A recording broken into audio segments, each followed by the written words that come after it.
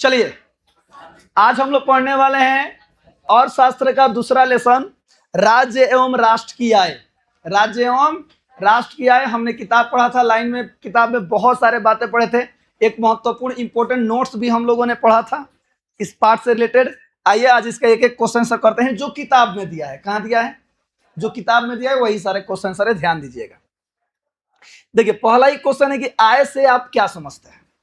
आय से आप क्या समझते हैं? अच्छा, जो कुछ भी हम कमा रहे हैं, जिससे हमारा पेट भर रहा है, जिससे हमारा परिवार चल रहा है, वही ना आय है भाई। तो यहाँ पे एकदम आसान भाषा में लिखा गया है कि लोगों को अपने परिश्रम के फलस्वरूप जो धन अथवा वस्तु प्राप्त होती है उसे ही क्या कहते हैं? उसे उनकी आय कहते हैं। उसे उनकी आय कहते हैं। पॉइंट में एक बात लिखा गया, पॉइंट में लिखना मत भूलिएगा सर, कि लोगों की आय के द्वारा ही, यानी जो लोगों का आय, जो हमारा आय है ना, उसके द्वारा देश के आर्थिक विकास की स्थिति का आकलन किया जाता है। ये बात सही है सर। अगर किसी देश के सभी लोगों का आय एकदम, आय स्तर जो है वो एकदम ऊंचा हो, तो देश का राष्ट्रीय आय भी क्या होगा? ऊंचा होगा, बेहतर होगा। देश में हम ही लोग ना रह रहे हैं, हम ही लोग को ना कमाना है। आगे देखिएगा सर, आगे लिखा गया है सकल घरेलू उत्पाद से आप क्या समझते हैं? सकल घरेलू उत्पाद से आप क्या समझते हैं? जीडीपी, याद आया? जीडीपी आप एग्जाम में चाहिएगा ना तो इसको हेडिंग मान लीजिएगा, सकल घरेलू उत्पाद, पोस्ट में लिखिएगा जीडीपी, ठीक है? उसके बाद से लिखना शुरू कीजिएगा। एक देश की सीमा के अंदर, यानी कि एक देश के अंदर एक वर्ष में उत्पादित सभी अंतिम वस्तुओं तथा सेवाओं के मौद्रिक मूल्य को सकल घरेलू उत्पाद अर्थात जीडीपी कहते हैं। याद रहेगा? बताइए तो जीडीपी अर्थात सकल घरेलू उत्पाद किसे कहते हैं? कितना आसान लिखा गया है। एक देश के सीमा के अंदर एक वर्ष में उत्पादित सभी अंतिम वस्तुओं तथा सेवाओं के मौद्रिक मूल्य को क्या कहते हैं? सकल घरेलू उत्पाद कहते हैं। पॉइंट में लिखा गया है यह माने कौन चीज? सकल घरेलू उत्पाद अर्थात जीडीपी देश की आर्थिक स्थिति को मापने का सबसे प्रमुख पैमाना है, सबसे प्रमुख सूचकांक है, याद रखिएगा। कौन? जीडीपी। आगे देखते हैं सर, प्रति व्यक्ति आय क्या है? हाँ, बहुत फेमस क्वेश्चन है, क्वेश्चन बार बार पूछता है। आज जेंगा लिखा गया उसी तरह आप लोग भी लिखेंगे। सुनाई दिया? देखिए क्या लिखा गया है, किसी देश का राष्ट्रीय आय में कुल जनसंख्या से भाग देने पर जो भागफल प्राप्त होता है वह उस देश का प्रति व्यक्ति आय कहलाता है। आप ऐसे भी लिख सकते हैं, किसी देश के राष्ट्रीय आय में कुल जनसंख्या से भाग देने पर जो भागफल प्राप्त होता है उसे क्या कहते हैं? प्रति व्यक्ति आय कहते हैं। पॉइंट लिखना मत भूलिएगा सर कि प्रति व्यक्ति आय को औसत आय भी कहते हैं। प्रति व्यक्ति आय को औसत आय भी कहते हैं। अब फॉर्मूला यहाँ पे लिख दिया गया है, प्रति व्यक्ति आय या औसत आय बराबर राष्ट्रीय आय बट्टा कुल जनसंख्या। ऐसे ही सभी लिखेंगे। एक इसमें चीज छूट गया सर, आप लोग इसको ना खूब नीमन डब्बा में कर लीजिएगा। सुनाई दिया? सेंटर में लिखिएगा और डब्बा में बंद कर लीजिएगा, ठीक है? चलिए चौथा क्वेश्चन है, भारत में सर्वप्रथम राष्ट्रीय आय की गणना कब और किन के द्वारा की गई थी? तो बच्चे एक में लिख के चले आते हैं कि भारत में सर्वप्रथम राष्ट्रीय आय की गणना 1868 ईस्वी में दादा भाई नौरोजी के द्वारा की गई थी। लघु उत्तरीय है ना, मैं हमेशा बोलता हूं शब्द सीमा का ध्यान रखिए। कुछ और बातें लिखने में हमारा क्या जाता है? पढ़े कि नहीं पढ़े? पढ़े है ना? देख कितना आसान लिखा गया है। भारत में सर्वप्रथम राष्ट्रीय आय की गणना 1868 में दादा भाई नौरोजी के द्वारा की गई थी। उन्होंने अपने, अब देखिए उसी में कुछ ऐड किया गया है, उन्होंने अपनी पुस्तक poverty and on British rule in India, अंग्रेजी में लिख दिया गया है poverty and on British rule in India, आप दोनों में से कोई एक हिंदी लिख लीजिएगा, हिंदी ज्यादा बेहतर है, में इसका उल्लेख किया था। उस समय उन्होंने प्रति व्यक्ति वार्षिक आय का अनुमान कितने रुपए लगाया था? 20 रुपए लगाया था। कितने रुपए लगाया था? 20 रुपए लगाया था। यहाँ पे पॉइंट लिखा गया है, पॉइंट लिखना है लिखिए, नहीं लिखना है छोड़ दीजिए, कोई बात नहीं। इसका इतना में आपको 2 नंबर आराम से मिलेगा। वैज्ञानिक आधार पर राष्ट्रीय आय, वैज्ञानिक का मतलब सोच समझ करके जनगणना होता है ना सर, उस टाइप का। वैज्ञानिक आधार पर राष्ट्रीय आय की पहली गणना 1925 से 29 में डॉक्टर BKRV राव, कौन? BKRV राव द्वारा की गई थी। ये भी बात किताब में लिखा गया है, वहीं पर जहां पर लिखा गया दादा भाई नौरोजी के द्वारा वाला, उसी में लिखा गया है नीचे। आगे देखिएगा, अगला क्वेश्चन है क्वेश्चन नंबर 5, भारत में राष्ट्रीय आय की गणना किस संस्था के द्वारा होती है? CSO, केंद्रीय सांख्यिकी संगठन। एक लाइन में आंसर खत्म। एगो पॉइंट लिखने में हमारा क्या जाता है? जब याद है तो ऐड करने में क्या जाता है? यहाँ पर 50-50 रहेगा, 1 नंबर 2 नंबर, लेकिन एगो पॉइंट डाल दिए तो 100% हो गया कि 2 नंबर मिलेगा ही मिलेगा। देखिए, भारत में राष्ट्रीय आय की गणना केंद्रीय सांख्यिकी संगठन, कोष्ट में जरूर लिखिएगा CSO, क्या लिखिएगा CSO द्वारा की जाती है। इसकी स्थापना 1951 में थी, बात खत्म। इसकी स्थापना 1951 में हुई थी। चलिए अगला क्वेश्चन है, राष्ट्रीय आय की गणना में होने वाली कठिनाइयों का वर्णन करें। याद कीजिए, मैंने हेडिंग बना करके प्रत्येक के बारे में लिखवाया था। सुनिए, मैंने लिखवाया नहीं था बल्कि पढ़ाया था, ध्यान से सुनिएगा। एग्जाम में यही क्वेश्चन अगर दीर्घ उत्तरीय में आता है तो क्या करना चाहिए, और लघु उत्तरीय में आता है तो क्या करना चाहिए, सुन लीजिए। अभी मान लीजिए लघु उत्तरीय पूछा है, तो देखिए लघु उत्तरीय की तरह जवाब दिया गया है। राष्ट्रीय आय की गणना करना एक जटिल कार्य है, विशेषकर भारत जैसे विकासशील देशों में। इसमें आने वाली मुख्य कठिनाइयां निम्नलिखित है। बहुत बच्चे डायरेक्ट लिख देते हैं, आप भी लिख सकते हैं कि राष्ट्रीय आय की गणना में होने वाली कठिनाइयां निम्नलिखित हैं। ये लाइन नहीं भी ऐड करेंगे तो चलेगा, लेकिन कर देने से थोड़ा सा और अट्रैक्टिव आंसर लगता है। कौन कौन, आंकड़ों को एकत्र करने में कठिनाई। अगर दीर्घ उत्तरीय प्रश्न पूछ दिया तो आंकड़ों में एक सेम लिखेंगे, आंकड़ों को एकत्र करने में कठिनाई, हेडिंग बनाएंगे, इसमें पॉइंट करके कुछ लिख देंगे कि भारत में आंकड़ों को एकत्रित करने में बहुत कठिनाई होती है क्योंकि सही डाटा नहीं मिल पाता है। डाटा समझ में आ रहा है ना, बहुत लोग झूठ बोल देते हैं, सही डाटा नहीं देते हैं। देखिए, दोहरी गणना की संभावना, मौद्रिक विनिमय प्रणाली का अभाव, मूल्य को मापने में कठिनाई, ये 4 प्रकार की कठिनाई होती है किसी की गणना में, राष्ट्रीय आय गणना में, याद रखिएगा, ठीक है। चलिए 7 नंबर है, आय का गरीबी के साथ संबंध स्थापित करें। आय का गरीबी के साथ संबंध स्थापित करें। आय ज्यादा होगा तो गरीबी कम होगी, आय कम होगा तो गरीबी ज्यादा होगा, तो दोनों का घनिष्ठ संबंध है कि नहीं है, बिल्कुल घनिष्ठ संबंध है, बात समझिए। आगे देखिए, आंसर लिखा गया है, आय और गरीबी के बीच सीधा और गहरा संबंध होता है। जितनी कम आय होगी गरीबी का स्तर उतना ही अधिक होगा। जितनी कम आय होगी गरीबी का स्तर उतना ही क्या होगा, अधिक होगा। देखिए इसमें और लिखा गया है, जब किसी देश की राष्ट्रीय आय बढ़ती है ना और उसका वितरण समान होता है तो प्रति व्यक्ति आय में क्या होती है, वृद्धि होती है। इससे लोगों की क्रय शक्ति बढ़ती है जिससे वे अपनी बुनियादी जरूरतों को पूरा कर पाते हैं। क्रय शक्ति का मतलब मुझे किसी चीज की जरूरत पड़ी, मेरे पास पैसा है, मैं जाकर क्या कर लिया, खरीद, यानी पैसा है तबे ना सोच रहे हैं खरीद लेंगे, यानी मेरी क्रय शक्ति ज्यादा है। क्रय शक्ति ज्यादा इसका मतलब प्रति व्यक्ति आय अधिक है, प्रति व्यक्ति आय अधिक है इसका मतलब उसका आय अधिक हो रहा है। तो जब आय अधिक हो रहा है तो गरीबी कम हो रही है। लेकिन यदि आय का स्तर न्यूनतम आवश्यक सीमा के नीचे रहता है, यानी कि आय अगर कम रहता है तो व्यक्ति गरीबी के जाल में क्या हो जाता है, फंस जाता है, क्योंकि वह शिक्षा और स्वास्थ्य में निवेश नहीं कर पाता। अतः आय में निरंतर वृद्धि ही गरीबी को मिटाने का सबसे प्रभावी क्या है, मार्ग है, याद रखिएगा। सही बात है सर, जब हमारे पास पैसा होगा ना तो बेहतर शिक्षा की भी लोग कल्पना नहीं कर पाते हैं और ना ही बेहतर स्वास्थ्य की लोग कल्पना कर पाते हैं। मान लीजिए अच्छा किसी घर पे देखिएगा सर, ध्यान सुनिएगा, तुरंत बीमारी हुआ तुरंत लेके भागेंगे एकदम बड़का हॉस्पिटल में, ले चलो। हम लोग मिडिल क्लास के व्यक्ति हैं, तुरंत कहाँ जाएंगे, इलाज वहां भी होगा, तुरंत जाएंगे सरकारी में, ले तो वहां पे भीड़ का सामना करना पड़ेगा, इधर दौड़ना पड़ेगा उधर दौड़ना पड़ेगा। अब बड़े बड़े प्राइवेट हॉस्पिटल में खाली मरीज को ले जाकर रख दीजिए, सारे काम उधर जो भी स्टाफ वो स्वयं करते हैं। आएंगे पूछेंगे हाँ जी सर ये फलान ठेकान ये दवा हुआ, बड़े बड़े हॉस्पिटल दवा खुद ला कर देते हैं लोग, खाली बिल रेडी होते रहता है। क्या रेडी होते रहता है, बिल जनरेट होते रहता है। हाँ जी सर कितना रुपया था, सर ज्यादा नहीं है सर, मात्र 2.5 लाख रुपया है जमा। तो होटल ना हो कि बर्तन साफ करवा दिया तो सच जाइए, मैंने ऐसे ही हंसने के लिए बोले हैं। लेकिन याद रखिए बात समझ में आया ना, तो आय का गरीबी के साथ क्या संबंध है, यही संबंध है। सब देख लीजिए, आय कम गरीबी ज्यादा, आय बढ़िया गरीबी कम। चलिए तो ये था लघु उत्तरीय प्रश्न, इतना 7 गो याद कर लेंगे तो सभी लोग। आसान आसान लिखा गया है, आसान है। अब दीर्घ उत्तरीय प्रश्न देखिए, देखिए दीर्घ उत्तरीय प्रश्न को ना कभी भी याद रखने की संभावना मैंने कोशिश मत कीजिएगा। ठीक, पूछे क्यों, एक हो तो क्वेश्चन बनाना है सर। अब और शास्त्र में से एगो पूछेगा, मैंने पूछेगा 2 गो कि एगो लिखना होता है, पूरे हिस्ट्री में से एगो लिखना होता है, पूरा भूगोल में से एगो लिखना होता है।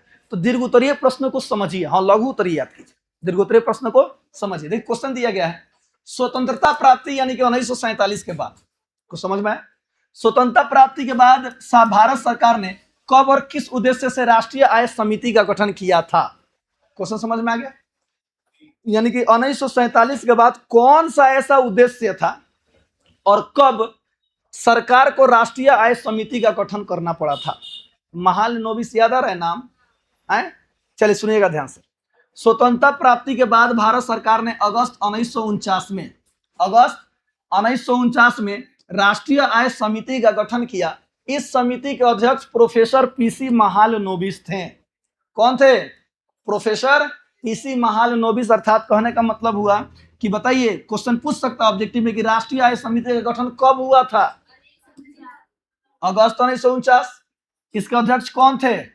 Professor PC Mahalanobis. याद रहेगा? हाँ देखिए, गठन का मुख्य उद्देश्य पूछा है ना सर, इसका उद्देश्य क्या था? गठन का मुख्य, देखिए क्या लिखा गया है। भारत सरकार का मुख्य उद्देश्य देश की राष्ट्रीय आय का एक वैज्ञानिक और विश्वसनीय अनुमान तैयार करना था। उस समय भारत के पास अपनी आय के आंकड़ों को मापने का कोई एकीकृत और व्यवस्थित तंत्र नहीं था। जी हाँ सर, नहीं था। समिति को यह कार्य सौंपा गया कि वह राष्ट्रीय आय की गणना के लिए उपयुक्त विधियों का चयन करे, आय के विभिन्न स्रोतों के आंकड़ों को एकत्रित करें और देश की आर्थिक प्रगति को मापने के लिए एक मानक ढांचा तैयार करें। इस समिति की सिफारिशों ने ही आगे चलकर भारत में राष्ट्रीय आय की व्यवस्थित गणना का मार्ग क्या किया? प्रशस्त किया। अगर घरे घरे घरे घरे घूम के मार्च आप लोग क्या करता लो? जनगणना करता लो। जनगणना में आकर खाली लोगों को भी तो लिख कर लेकर जा सकते थे। ए भाई तारा घर को मर्दाना बोलो आ तो 4 जनी, क जनी मेहरारू बोलो आ तो 3 जनी, है अगो बाल बच्चा तो एक आदमी के 3 गो, एक आदमी के 4 गो, एक आदमी के 7 गो, मैंने जो गो लिखना है लिख सकते हैं। खाली आदमियों भी तो लिख सकते हैं ना सर। लेकिन जाकर देखिए हर चीज पूछ रहे हैं। आपके घर साइकिल है तो क गो है, गाड़ी है तो है, कौन गाड़ी है? 4 चक्का की 2 चक्का, घर बना है तो बना है घास फूस का बना है कि सीमेंट का बना है कि ईंटा का बना है कि पत्थर का बना है? पत्थर में टाइल्स मार्बल। कैसा घर है? क तला है, 1 तला है कि 2 तला है? सोखता है कि नहीं है? पानी के लिए नाला निकासी है कि सोखता है? घर में शौचालय बना है कि नहीं बना है? बना है तो बना है। क गो है? घर में क गो चूल्हा जलता है? एक एक चीज। चूल्हा कौन सा है? एलपीजी सिलेंडर है कि अपना गोबर गैस है कि अपना स्वयं का लावना होना पत्थर उतर से? एक एक चीज पूछ रहे थे कि नहीं पूछ रहे थे? नहीं तो यही अपना मन से भर दिले बोलो जालो दिखा दिलो कि सबसे अमीर आदमी बड़े तो जो नहीं हो लो। आगे देखिए तो समझ में आया? बताइए सरकार ये इतना सारा आंकड़ा क्यों एकत्रित कर रही है? इसके आधार पर वो राष्ट्रीय आय की गणना कर सकती है, क्योंकि सरकार जानती है कि जिस व्यक्ति के घर 2 तला मकान हो, एक 4 व्हीलर हो, तो उसका आय जो है वो बेहतर होगा। तो अनुमान लगाया जा सकता है कि चलिए इस व्यक्ति की आय सालाना 2 लाख 3 लाख रुपए मान के चलते हैं, तो इसी हिसाब से राष्ट्रीय आय की गणना सरकार कर लेती है। तो सरकार गधा नहीं है, सरकार दिमाग लगा देती है। आगे देखिएगा सर, क्वेश्चन नंबर 2। ये क्वेश्चन लघु उत्तरीय में भी पूछा है, तो इसलिए मैंने क्या किया डायरेक्ट यहीं पे दे दिया। ठीक है, दीर्घ उत्तरीय में है लेकिन लघु उत्तरीय में पूछा है केवल कौची? राष्ट्रीय आय की परिभाषा दे। एक बार ये भी पूछा था कि प्रति व्यक्ति आय और राष्ट्रीय आय में अंतर लिखे। प्रति व्यक्ति आय और राष्ट्रीय आय में अंतर लिखे, तो नीचे मैंने अंतर लिख दिया है। क्वेश्चन टेंशन मत लीजिए, यहाँ देखिएगा। राष्ट्रीय आय की परिभाषा दे। देखिए, देश के लोगों को प्राप्त होने वाली आयों का योग राष्ट्रीय आय कहलाता है। एकदम सिंपल, कितना आसान है सर कि देश के लोगों को प्राप्त होने वाली आयों का योग क्या कहलाता है? राष्ट्रीय आय कहलाता है। चाहे वे देश में प्राप्त किए हों या विदेश में जाकर प्राप्त किए हों, किसी भी देश का आर्थिक विकास उसकी राष्ट्रीय आय पर ही निर्भर करता है। किसी भी देश का आर्थिक विकास देश विकसित है कि विकासशील है, किस पर निर्भर करता है? राष्ट्रीय आय पे करता है। राष्ट्रीय आय भर भर के भरा पड़ा है, राष्ट्रीय आय एकदम बहुत ज्यादा है तो देश विकसित है, राष्ट्रीय आय कम है तो देश अभी विकासशील है, यानी कि अभी विकास उसमें हो रहा है। आगे देखिएगा सर, राष्ट्रीय आय की गणना की 3 प्रमुख विधियां हैं। याद रखिए, कितने प्रमुख विधियां हैं? 3। ये आपको मैंने बताया था, उत्पादन गणना विधि, आय गणना विधि, व्यय गणना विधि। अगर ये लघु उत्तरीय में पूछता है तो खाली हेडिंग बना के छोड़ दीजिए, लेकिन दीर्घ उत्तरीय में पूछता है तो सबके बारे में थोड़ा थोड़ा लिखना पड़ेगा। ध्यान सुनिएगा। उत्पादन गणना विधि, इसमें 1 वर्ष में उत्पादित सभी अंतिम वस्तुओं और सेवाओं के कुल मूल्य की गणना की जाती है। आय गणना विधि, इसमें उत्पादन के कारकों जैसे भूमि हो गया, श्रम हो गया, पूंजी हो गया, उद्यम, उत्पादन कारक, उत्पादन कहां से होगा? कहां से होगा? भूमि रहेगा तो होगा, मेहनत लगेगा तो होगा, पूंजी पैसा रहेगा तबे हो पाएगा, और उद्यम की कोई उद्योग खोला जाएगा तब होगा। को प्राप्त होने वाली कुल आय, मजदूरी हो चाहे लगान हो चाहे ब्याज हो चाहे लाभ हो, किसी भी रूप में हो, आपको मजदूरी दिया जा रहा है, चाहे आप लगान यानी कि कर दे रहे हैं, टैक्स दे रहे हैं, ब्याज दे रहे हैं किसी पैसा पे, या आप स्वयं लाभ कमा रहे हैं, किसी भी रूप में हो, को जोड़ दिया जाता है। क्या किया जाता है? जोड़ दिया जाता है। ये आय गणना विधि है। उसके बाद से व्यय गणना विधि। इसमें एक वर्ष के दौरान देश में किए गए कुल उपभोग व्यय और निवेश का व्यय का योग किया जाता है, तो पता चल जाता है कि राष्ट्रीय आय क्या है। मैंने बोला था ना, ये तो लोग के कमाई जोड़ लो ना तो लोग का खर्चा जोड़ लो। दो तरीका है, या तो लोग का कमाई जोड़ लीजिए, आन तो लोग का व्यय जोड़ लीजिए। व्यय भी अलग अलग प्रकार से होता है। एक तो सामान कितने में खरीदेंगे करेंगे खर्चा, आन तो इन्वेस्ट करेंगे। इन्वेस्ट समझ में आ रहा है ना? बैंक में रखेंगे, ना तो LIC में डालेंगे, नहीं तो म्यूचुअल फंड में डालेंगे, तो शेयर मार्केट में डालेंगे। सामान्य विकास सर कितना कमा रहे हैं, इसको देखने का कितना तरीका है? दो तरीका है। पहला तरीका, जाके डायरेक्ट पूछना, देख लो कंपनी से कितना रुपया महीना होता है, 3000 रुपया वाला क्लाइमेक्स कोचिंग सेंटर से कितना रुपया? 3000 रुपया महीना का मिलता है हमको। हाँ, पता चल गया। मान लो हम नहीं बताओ तो हमारा पीछे पीछे लग जाए कि चलो ये कहाँ चलत रहे। 500 का सामान देबो 500, 800 के देबो 800, 700 के देबो 700, तो जोड़ ले बड़ा, जोड़ लियो, 2000 हो गई हुई, 2000 हो गई बा, 8 5 13 7 और 20, 2000 रुपया। 1000 कोई नहीं LIC में डाल देनी। मास्टरवा 3000 रुपया खर्चा कोइला सा, पक्का ये 3000 ना तो 4000 कमात हुई, तब न 3000 खर्चा कर ले, 1000 रखी अपना लगावा।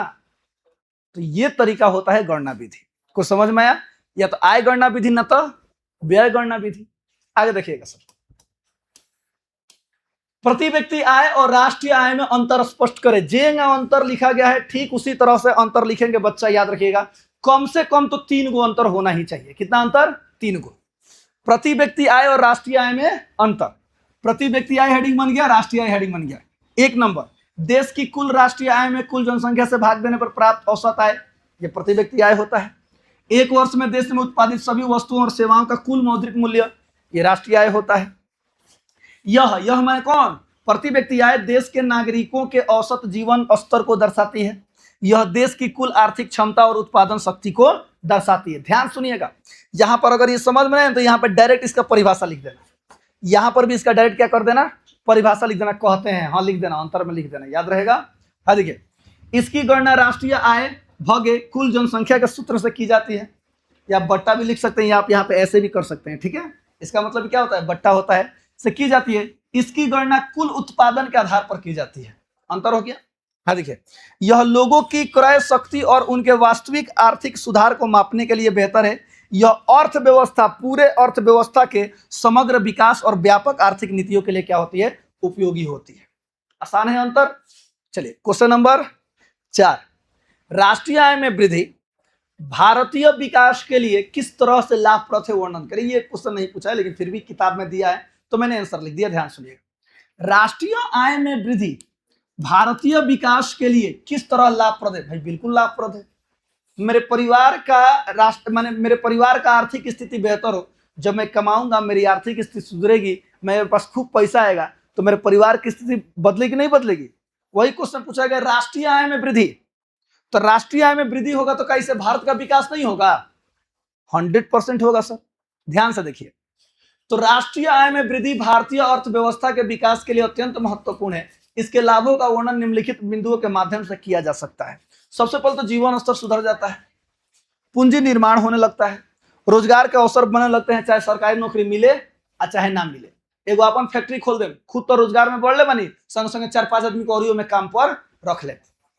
आर्थिक स्थिति और आत्मनिर्भरता पैदा होने लगती है, सरकारी संसाधनों में वृद्धि होने लगती है। ध्यान देखिए, सारा चीज अपने ऊपर लिखा गया है, आपको खुद समझ में आ जाएगा। देखिएगा ध्यान से, यानी क्वेश्चन है कि जब आपके पास पैसा बढ़ जाएगा तो क्या होगा? आपकी स्थिति में सुधार होगा कि नहीं होगा? आपकी स्थिति में विकास होगा कि नहीं होगा? होगा, विकास होगा। तो अब देखिए कैसे होगा, क्या क्या बदलेगा, तो सुनिएगा ध्यान से। जीवन स्तर में सुधार, सबसे पहले राष्ट्रीय आय बढ़ने से प्रति व्यक्ति आय में वृद्धि होती है, और जब प्रति व्यक्ति आय में वृद्धि होती है तो लोगों की क्रय शक्ति बढ़ती है। इससे जनता की बुनियादी आवश्यकताओं से भोजन, स्वास्थ्य, शिक्षा की बेहतर पूर्ति होती है और जीवन स्तर क्या हो जाता है? ऊंचा उठता है। गरीब हैं, कोटा का उसना चाउर खा रहे हैं, समझिएगा ठीक से। तनी सा पैसा कमाए लगी न हम, माने कोई भी हो, तनी सा तनी मुड़ी मोटा गई, पैसा कमात कमात मुड़ी न मोटाला। अरे सुने, बगली में तो गरम होके लगल तो देखिए चाउर चेंज, बासमती चावल लोग खाते लगे, सॉरी सॉरी सॉरी, बासमती ना, बासमती, बासमती चावल लोग खाने लगते हैं। बोरा का बोरा दाल, बोरा का बोरा तेल, बोरा में तैरना वाला रे, टीना का टीना तेल आने लगता है, नहीं आने लगता है। मार मीट मछली एकदम हफ्तहिए शुरू हो जाता है। ये जब पैसा कम रहता है तो लोगों का अथी, पैसा कम है, सरकारी बानू, अब विकास सर का ट्यूशन कोचिंग बानू, लगे सरकारी में पढ़ी, आप विकास सर कोचिंग में पढ़ी, 200 रुपया तो महीना के लागे के बाद। अरे 8 वाले कहत नहीं बनी, पिछला साल ले 100 रुपया रहे, सही बता रहे सर, लेकिन अब मान लीजिए टीचर्स बढ़ रहे हैं तो खर्चा बढ़ रहा है, इसलिए 200 रुपये कर दिए गए। अब 200 रुपया 8वां तक फीस कभी नहीं बढ़ता है हमारा। कैसे वही ना बच्चे अगर प्रिपेयर्ड होकर 9th 10th 11th 12th में आ रहे हैं। अब बताओ कोचिंग में गेस करो 8वां में लगभग कगो लड़का होंगे, कगो बैठा कर सही क्लास में जब पढ़ाई था ढेर ना 120 गोले 8वां क्लास में।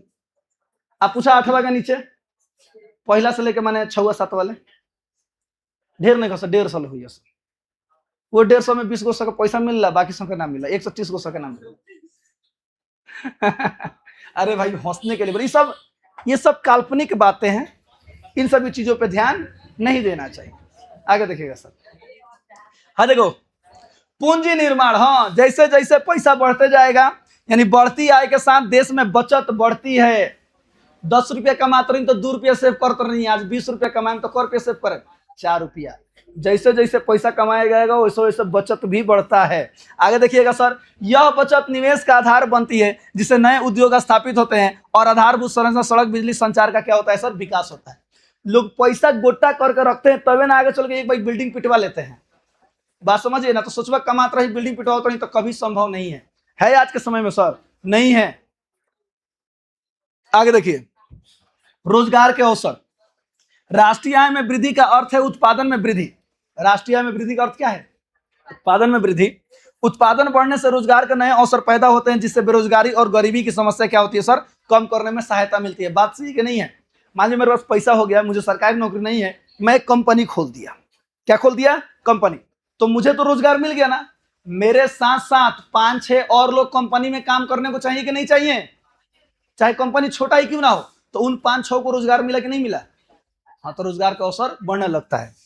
आर्थिक स्थिति और आत्मनिर्भरता, सुनिएगा, एक उच्च राष्ट्रीय आय वाला राष्ट्र अंतर्राष्ट्रीय स्तर पर आर्थिक रूप से अधिक शक्तिशाली और स्थिर होता है। यह आयात पर निर्भरता कम करता है और देश के आत्मनिर्भर बनाने की दिशा में क्या करता है सर, काम करता है। ध्यान सुनिएगा, जब हम लोग पैसा हो जाए तो हम दूसरा के फेर में काहे पड़े, हमारा पैसा हम स्वयं इन्वेस्ट कर देंगे, स्वयं अपने ऊपर काम करेंगे पैसा को लेकर के। सरकारी संसाधनों में वृद्धि, जी हाँ सर, राष्ट्रीय आय बढ़ने से सरकार को अधिकतर क्या मिलता है, टैक्स मिलता है। मान लो पैसा कमाइबो तो सरकार को हमरो चाहिए, अब तो चिल्लाइबो कि हमार पैसा हम मेहनत कर कमाए हैं, जब ना कमा रहे थे तो आप दे रहे थे पैसा, जा कहो सरकार से, कहियो काम कर, चल भीतर चल, सरकार को टैक्स देना पड़ता है। समझ में आया, याद रखिएगा। सुनिए, तो राष्ट्रीय आय बढ़ने से सरकार को अधिक कर यानी टैक्स प्राप्त होता है जिससे सरकार जन कल्याणकारी योजनाओं, शिक्षा और जन स्वास्थ्य पर खर्च कर देश के सामाजिक विकास को क्या दे सकती है, गति दे सकती है। रोड बनता, सड़क बनता, पुल बनता, भले ढह जाता, सब किसका पैसा है, आपका और हमारा पैसा है जो टैक्स के रूप में जा रहा है। और टैक्स देना बाबू बहुत अच्छी चीज होती है, याद रखिएगा। भगवान से मनाइए कि आप बड़े होइए, इतना पैसा कमाइए कि आपको टैक्स देना पड़े। क्या है रे पागल, टैक्स देना का मतलब होता है कि आपकी आर्थिक स्थिति क्या है, बहुत बेहतर, यानी आप अमीर व्यक्ति हैं तब आप टैक्स दे रहे हैं। समझ में आया। काश मैं भी 10-20-30 करोड़ रुपया टैक्स देता।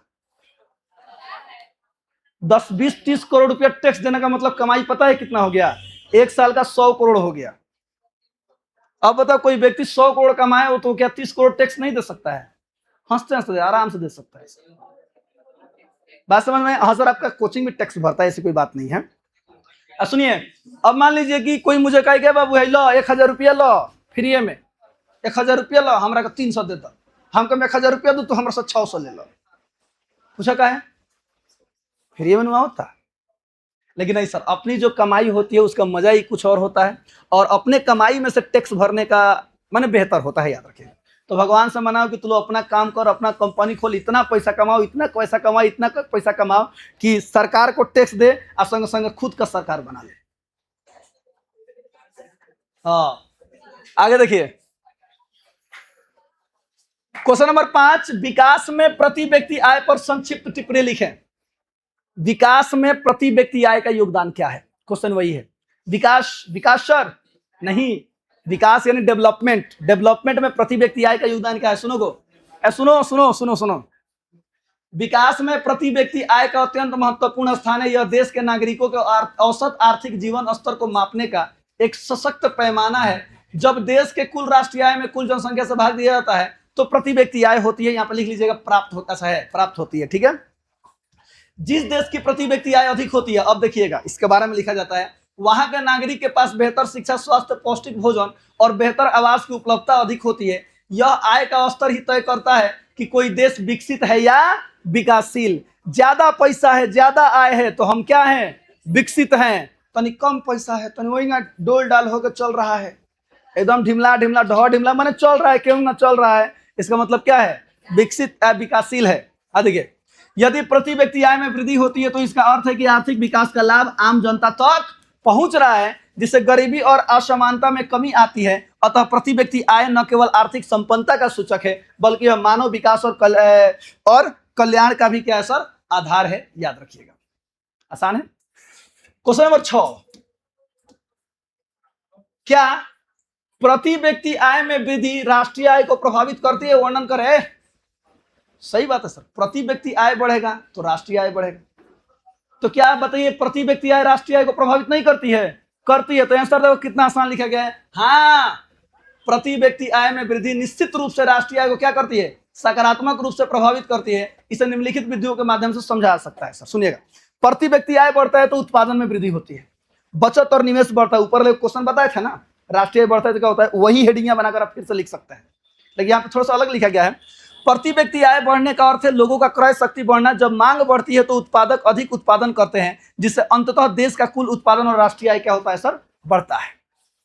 बचत और निवेश, आय में वृद्धि से लोगों की बचत क्षमता बढ़ती है। यह बचत बैंकों के माध्यम से निवेश में परिवर्तित होती है, जिससे नए कल कारखाने और बुनियादी ढांचे का निर्माण होता है, जो राष्ट्रीय आय के आधार को मजबूत करता है। हाँ देखिए, अच्छा हम लोग बैंक में पैसा रखते हैं तो आपको क्या लगता है? हमारा पैसा एकदम मोहिंगा है? आपका पैसा बैंक में मोहिंगा है? नहीं, बढ़ता है, आपको ब्याज मिलता है। ठीक है सर, कहाँ से मिलता है? बैंक के लगे इतना पैसा हो गया, सरकार के लगे इतना पैसा हो गया? नहीं, आज ध्यान से सुनना मेरी बात। हम बैंक में जो भी पैसा रखते हैं ना, देखिएगा सरकार लोन देती है, बैंक लोन देता है, हमारा पैसा ही लोन दिया जाता है। शेयर मार्केट में इन्वेस्ट किया जाता है, कंपनियां लोन लेती है ना, 1000 करोड़ की, इतना करोड़ की। नीरव मोदी लेके भाग गए, पंजाब नेशनल बैंक डूब गई रहे, याद बा? है सुनो, किसका पैसा है? हमारा और आपका पैसा है। और वो जब कमाता है ना तो वो टैक्स के रूप में, लोन के रूप में वो चुकाता है, तो वही पैसा तनी हमारा बढ़ता जाता है। ये होता है शेयर मार्केट। तो मान लीजिए कि मैं एक नया कंपनी खोल रहा हूँ, यार मैं नया कंपनी खोल रहा हूँ, मेरे पास पैसा नहीं है, चल मेरे पास मात्र 20 करोड़ रुपए हैं। कितने करोड़? 20 करोड़ रुपए हैं। अच्छे समझ लो शेयर मार्केट क्या होता है। 20 करोड़ रुपए हैं, बाकी का मुझे कितना परसेंट पैसा चाहिए? 100 में 20% मेरे पास है, 80% नहीं, यानी कि 80 करोड़ रुपयों की आवश्यकता है।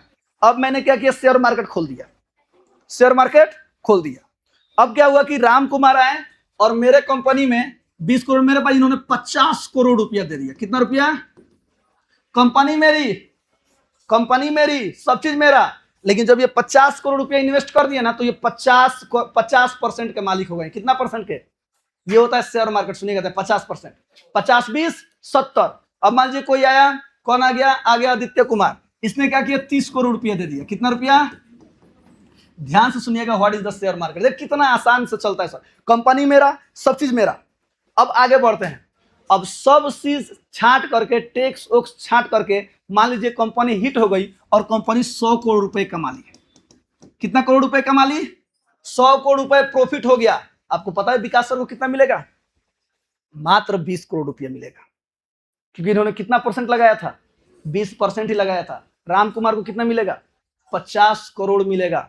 आदित्य कुमार को कितना मिलेगा? 30 करोड़ मिलेगा। कुछ समझ में आया? ये होता है सर में, तनिक भी कहीं भी चोरी नहीं होती है। जितना परसेंट आप दीजिएगा ना, उतना परसेंट आपको मिलेगा। याद रखिएगा। हाँ, भले कंपनी किसकी थी, मेरी थी, कंपनी मेरी है, लेकिन जो जितना देगा उसको उतना मिलता है।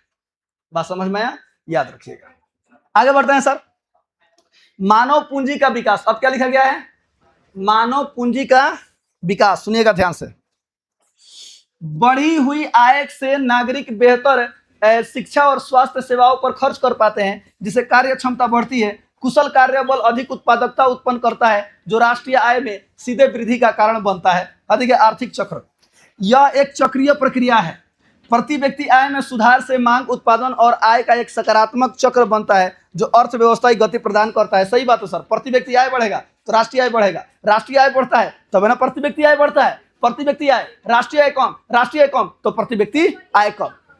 गोले गोले गोले गोले चक्रीय व्यवस्था चलते रहता है। किस तरह से, गोले गोले गोले गोले पढ़े ना लो, गोले। अधिक आगे, सबसे लास्ट एंड फास्ट क्वेश्चन, बहुत गुस्सा आता है मुझे ये क्वेश्चन हम देखते हैं तो। बिहार के पिछड़ेपन को दूर करने के कोई 2 उपाय बताए तो हर बाप होगा ना। सुनिए, बिहार अब ना बोली, बिहार के पिछड़ेपन को दूर करने के कोई 2 उपाय बताएं। अच्छा सर सुनिए, उपाय बताएं, 2 गो है तो 2 गो लिखिएगा। अच्छा, किसी भी चीज को पिछड़ेपन का उपाय है ना, इसमें मैंने नहीं एंटर किया है, आप खुद से भी एंटर कर लीजिएगा। बढ़ती हुई जनसंख्या, ठीक है सर। आइए देखते हैं बिहार के पिछड़ेपन को दूर कैसे किया जा सकता है। तो बिहार के पिछड़ेपन को दूर करने के लिए निम्नलिखित उपाय अत्यंत प्रभावी हो सकते हैं। कृषि का आधुनिकीकरण करना होगा, आधारभूत संरचना का विकास करना होगा, मानव संसाधन में निवेश करना होगा, औद्योगिकरण होगा, बाढ़ पर नियंत्रण। हाँ भाई, बाढ़ और सुखा दोनों पर नियंत्रण। उत्तरी बिहार बाढ़ से डूब जाला और दक्षिण बिहार सुखाड़ से डूब जाला। सुनिएगा ध्यान से, आप बढ़ती हुई जनसंख्या पे मेंशन कर सकते हैं। बाकी ये सर बिहार वाला है, आप लोग पढ़ लीजिएगा। अब मुझे लगता है कि बिहार को पिछड़ा कहा जाना चाहिए, बिहार एकदम आगे है। बिहार कहाँ है, एकदम